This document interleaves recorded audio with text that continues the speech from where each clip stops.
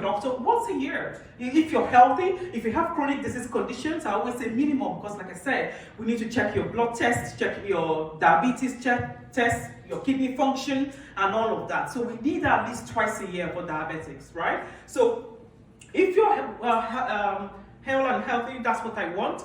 Once a year, just do like New Year, new blood work.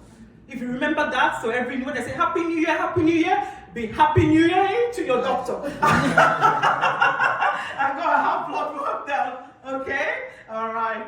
So the importance of early detection, regular checkup, like I said, helps to ensure there are no health issues, and it's caught early before it becomes serious, okay? Monitoring of chronic conditions like diabetes, hypertension, cholesterol, for those that have chronic health conditions. It is an opportunity to adjust any treatment plan, because once you see the results of the blood test, you'll be able to make adjustments. Say, oh my God, this diabetes test is still high, let's adjust the dose. So it's always important for early adjustment of treatment plan.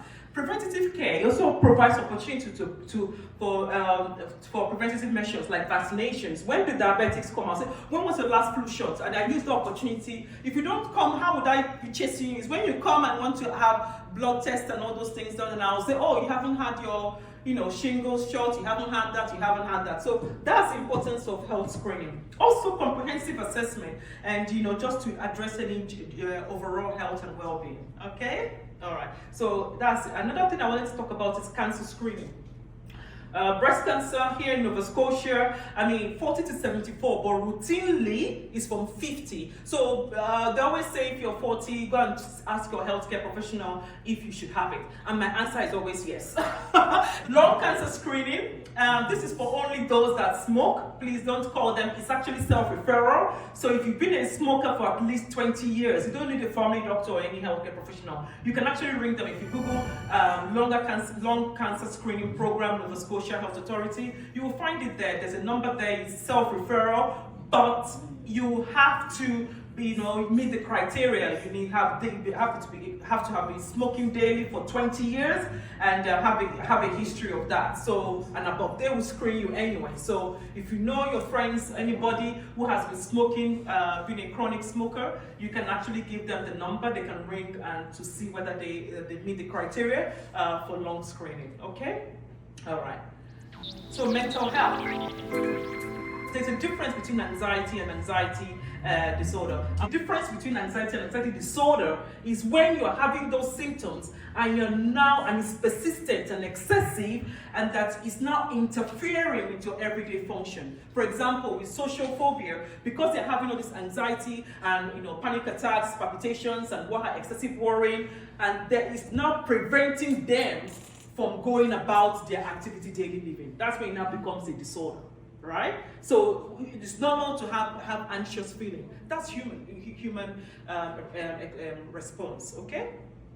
Right, what are the symptoms? You have excessive worry, fear, I'll talk about physical symptoms, like sometimes we have these psychosomatic symptoms where they be complaining of vague things, abdominal pain, lots of things, they're just internalizing those emotional symptoms. Avoidance behavior, like I said, because maybe if I'm so anxious that I'm now avoiding to go to do things, that's avoidance behavior based on the symptoms. Irritability, difficulty concentrating, sleep disturbances because they're having ruminating thoughts, overthinking, they can't sleep, they can't shut down, because of this excessive worry. Panic attacks, rituals or compulsions, like, before they do something or when they go there, they are washing their hand excessively because of fear of contamination, and they can't go to the bathroom because they don't want to contaminate their habit. It can be very distressing, honestly, very, very distressing anxiety disorder. Hypervigilance, always, making sure, because they are hypervigilant, it will prevent them. So I had a patient that was so obsessive in their thoughts that they're very good at their job, but the production or their what's that word? Performance. His performance was was low. They're very good, but because of this excessive, thoughts and ritualistic behavior, it was very slow. It wasn't meeting tasks and what have you. So anxiety disorder is real. All right. I had a patient that was so severely depressed and had severe depression and anxiety. She thought she had dementia. But that's how serious that when depression and anxiety can really impair your focus and concentration, because you're not processing that information to preserve it or to retain it, so that when you need it, when you want to retrieve that information, you have it, because you didn't process it well, and because you're so distracted in your thinking and that you couldn't. So that's what depression and anxiety can cause. Okay? Changes in appetite, and like I said, some people may eat too much, some people may lose appetite. I must say here, this is very sensitive. Thoughts of death or thoughts of suicidal ideation, self-harming, and like I said, we have agitated depression, restlessness. Some people have, like I say, unexplained physical symptoms like back pain, headaches, these are. I had a patient that told me, "Doctor, I'm always tired." Especially we Africans, we Nigerians, I'm always tired. That may be a coded tired thing for depression, because of the stigma within our culture. They don't want to say that I'm depressed. They'll just say, "I'm just tired." I'm telling you the truth. So you have to dig deep. I've talked about stress is a natural part of existence, and I keep telling people, stress will not go away, but what matters is how you manage that stress. Stress doesn't. I always say, I'm always trying. I'm saying, but this stress is not going to go away. This stress, when you're consistently in a fight or fight mode, because what happens is that the cortisol is a hormone that is released by the adrenal gland, and the adrenal glands are in the upper part of your kidneys, and they are there to respond to challenges. So cortisol is actually good, but the problem is too much cortisol, and that too much cortisol will put you in a fight or fight mode. So you have to find a way to minimize the stress. There are stresses that I always compartmentalize mine. I say, can I deal with this now? Okay, I'm going to deal with it. I slot them in baskets or to do tasks, because I cannot deal with everything at the same time. And the things that I can't do anything about, I don't worry about it. I try as much as not to worry, because if it's out of my hands, it's out of my hands. The things that I can do, I'll decide if I can delegate them. If I can't, then I need to decide when to do them. So I have that structure, so that helps to minimize my stress. Okay? Now. Okay, question time. Yes, hand raised there. You didn't mention anything to do with genetics when it comes to diabetes. So, how risky is somebody who is from a family that has history of diabetes? Okay. Let's say I'm eating well, I'm trying my best to keep as active as as you, Mm-hmm. What is the risk? You want to know the ratio? Unfortunately, we don't have that answer. But the thing is, you're already doing the right thing, and the best way to know is from regular blood check. So you're doing all the right thing by eating healthy, regular exercise. The risk will always be there. In fact, the risk will get worse because age will now start to get, as you get older. So those two factors will catch up on us one way or the other if you have a family history and you're, increasing age. But you can still do something about it, which is the eating right, physical activity and all that. And then it's regular, it's from the blood check when you go for your regular screening, and it will be picked up. So I normally do what we call historical reading, like I can see the blood tests that my patients have done over a couple of years, so I can see how it's trending. So based on that, I can say, oh, your levels was this last year, and now it's gone 1 or 2 points. It's in your now, that's your level, your risk is increasing based on your blood test. But it's not seen as a way to know the ratio. It's just that you have that history forever. And then as you get older, that risk will increase, but you can reduce that with the lifestyle diet modification. Okay? Does Zambia have another question, a follow-up question?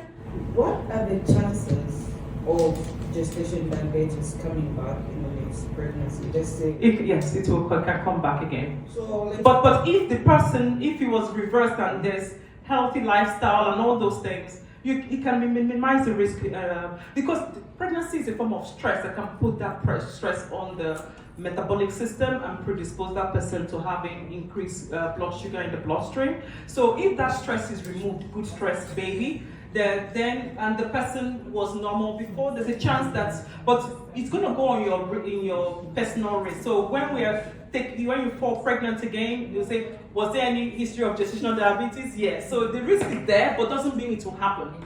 All right, so the risk will be there. So there's a possibility that you can either have it again. There is a possibility, yes, or may not. Again, depending on the modification and lifestyle. Absolutely, yeah. Question? Just, Oh, yeah. no. I have a question about flu shot. Yes. So is there any risk about it if you don't get flu shot? I know. I mean, you don't have to say it's not that. So I have patients that they don't go for flu shot. Because I used to take flu shot and then I used to get sick of Well, initially you may get, you're right, because what is happening is to boost your immune system and give you a low dose of what the illness may be like, and then some people have supercharged immune response to it. So it could happen, yeah, but it still produces antibodies, so you can. Stop. I like that honesty. Jessica? Yeah, back to the gestational Yeah. diabetes. Say if your A1C was high when you're pregnant, can you get rid of the diabetes while you're pregnant, or will you have to be treated for Treated. diabetes? You can't. Insulin, yes, you're going to be treated. You're gonna be yes, treated yes, regardless. absolutely, Okay. yes. Okay. Because we're looking at if we don't control it, it could affect the baby. Yeah. Yeah, so it's to be managed and then discontinued after pregnancy. I know it's of the abnormal, but if you were to lose weight Oh, or yeah. diet while you're pregnant, will you? Why would we want to put you through that stress during Well, pregnancy? it can happen. It can happen, yeah. So But that diet would and be. exercise while pregnant will not get rid of that gestational diabetes. It's made. Look, in medicine, it can happen, you know. But that's where that tailored individual plan with the obstetrician, right? And to weigh the pros and cons.